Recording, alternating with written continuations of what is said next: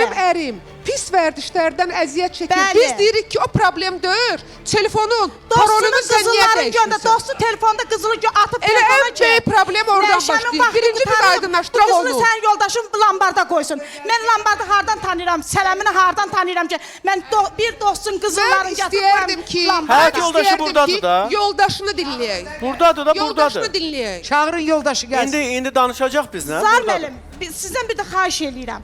Bax, davamız düşübdür. Söhbətimiz olub, bir insan kimi telefon özündə olub. Saxlayıb özündə demişəm, saxla.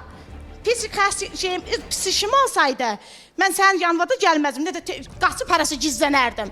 Necə yazışdığım adama da qoşulub gedə bilərdim.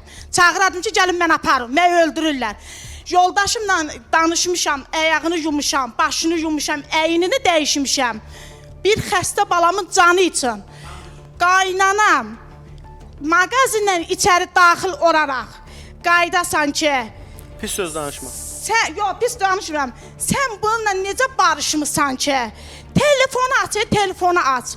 Telefonu mən açıram. Niyə açmıram? Tək telefon açılsın, nömrə orada, hər şey orada.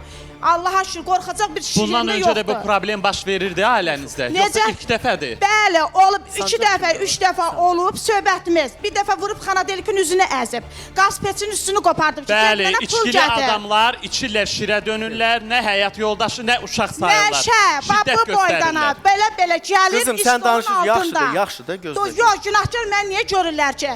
İstolu 9 yaşında uşağın buna sual verir ki, ata, bu nədir qaydır ki, atanın baş ağrı dərmanıdır.